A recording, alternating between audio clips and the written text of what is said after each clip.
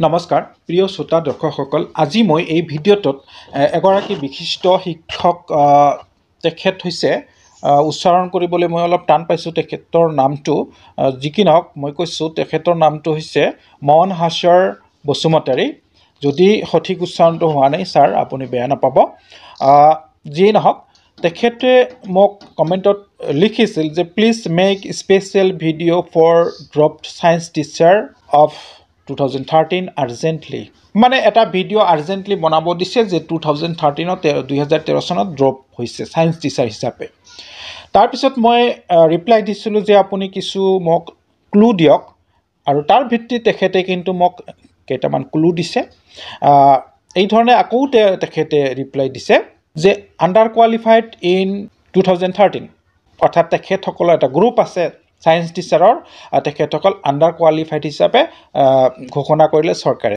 Then published office memorandum in 2014 and asked to complete BSc within 5 years 5 বছৰৰ ভিতৰত BSc complete কৰিব দিছিলে accordingly completed আৰু সেই মতে কিন্তু তেখেতসকলে BSc হিচাপে তেখেতসকলে ডিগ্ৰী লাভ কৰিলে submitted documents many times but not provincialised তেখেতসকলে যে কোৱালিফাইড হ'ল তাৰ ডকুমেণ্টছবোৰ কেইবাবাৰ বহুতবাৰ জমা দিয়া হৈছিল তেখেতসকলে জমা দিছিল কিন্তু প্ৰভিঞ্চিয়েলাইজড হ'ল we moved to the Guwahati high court and succeed আৰু তেখেতে কৈছে যে তেখেতসকল তাৰপিছত গুৱাহাটী হাইকোৰ্টৰ উচ্চ ন্যায়ালয়ৰ কাষ চাপিছিল তেখেতসকলৰ সপক্ষে ৰায়দান কৰিলে হাইকোৰ্টে place to office no result এই অৰ্ডাৰ হাইকোৰ্টৰ অৰ্ডাৰ অফিচত জমা দিলে কোনো ৰিজাল্ট নাপালে and official every time says processing আৰু অফিচে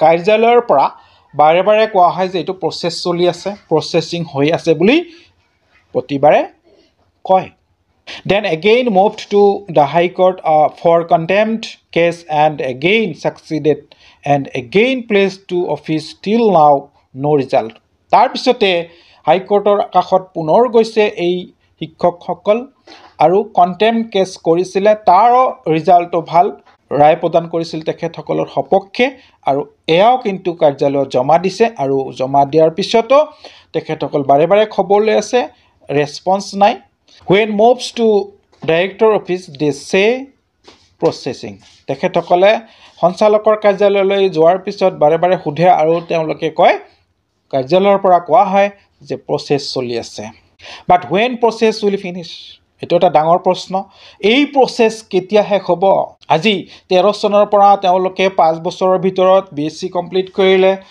এতিয়া 23 চন শেষ হ'ল 24 চন তেওঁলোক ধৰি লৈছোঁ 5 বছৰ সময় লাগিছে কিছুমানৰ হয়তো 5 বছৰ লগা নাই 3 বছৰত হৈ গৈছে ধৰিলোঁ 5 বছৰ লাগিছে 5 বছৰ লাগিলে 18 চন 18ৰ পৰা এতিয়া আকৌ 5 বছৰ 6 বছৰ হৈ গ'ল তেওঁলোকৰ ক্ৰাইটেৰিয়া ফিলআপ হৈ গ'ল তেখেতসকল ডিগ্ৰী ল'লে কোৱালিফাইড হ'ল এতিয়ালৈকে কোনো কাৰ্যকৰী কৰা নহ'ল হাইকোৰ্ট কৰিলে কণ্টেম্প্ট কৰিলে কাৰ্যালয়ত বাৰে বাৰে গ'লে প্ৰচেছিং হৈ আছে বুলি ক'লে এটা ডাঙৰ প্ৰশ্ন প্ৰচেছিং কেতিয়া শেষ হ'ব এয়া হৈছে আমাৰ অসম চৰকাৰৰ কাৰ্যালয়বোৰ যেনে মন্ত্ৰী তেনে কাৰ্যালয় হ'ব মুখ্যমন্ত্ৰীগৰাকীক ডাইনেমিক মুখ্যমন্ত্ৰী কোৱা হয় কিন্তু ডাইনেমিক যদি হয় তেখেতৰ কাৰ্যালয়বোৰ তেখেতৰ আণ্ডাৰত থকা কাৰ্যালয়বোৰ এনেকুৱা কিয় লেহেমীয়া প্ৰচেছিং আজি 6 বছৰ ধৰি 5 বছৰ ধৰি প্ৰচেছিঙতে আছে some retired hearing few years to retire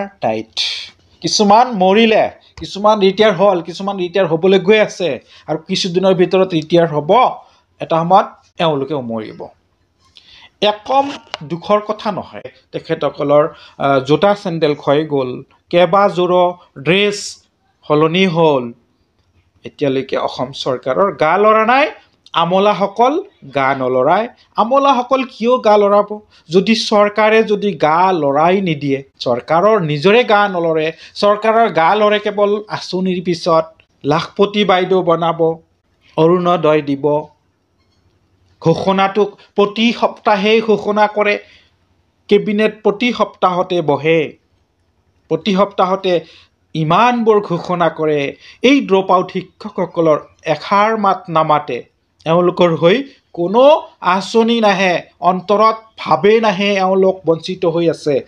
আৰু অপ্ৰাদেশিকৃত ড্ৰপ আউট যিমান আছে এওঁলোক একেই। পথ প্ৰাদেশিকৰণ মানে হোৱা নাই মানে কি, অপ্ৰাদেশিকৃত একেখন নাৱৰ যাত্ৰী। এইসকলৰ কথা চৰকাৰে কেতিয়া ভাবিব? বিশেষকৈ এই বসুমতাৰী ছাৰে যি মোক ৰিকুৱেষ্ট কৰিছে এই ভিডিঅ'টো বনাবৰ কাৰণে, তেওঁ কিন্তু এনেই সহজে ভিডিঅ' এটা বনাবলৈ কোৱা নাই, ভিতৰত বহুত দুখ আছে। মই মৰ্মে মৰ্মে বুজি পাইছোঁ তেখেতৰ দুখখিনি, কাৰণ যিহেতুকে ময়ো ইয়াৰে এটা অংগ, অপ্ৰাদেশিকৃতৰ ভিতৰত ময়ো এজন। গতিকে মোৰ বেদনা আছে, তেখেতৰ বেদনা মই সহজেই বুজি পাওঁ। মই ৰিকুৱেষ্ট কৰিছোঁ অসম চৰকাৰক, মুখ্যমন্ত্ৰী মহোদয়ক, আপুনি আচলতে যদি ডাইনেমিক হয়, আপুনি যদি দক্ষ হয়, আপুনি যদি ক্ষমতাশালী হয়, আপুনি যদি কাম কৰাৰ সদিচ্ছা আছে, অসমৰ উন্নতি কৰাৰ সদিচ্ছা আছে, এই দুৰ্ভগীয়াসকলৰ কথা ভবাৰ কিছু থল আছে, আপুনি যদি ভাবিবৰ আহৰি পায়, আৰু ভাবিবলৈ মই অনুৰোধ জনালোঁ এইসকলৰ বাবে, বিশেষকৈ ড্ৰপ আউট আৰু এই অপ্ৰাদেশিকৃত শিক্ষকসকলক কিবা এটা কৰি দিয়ক।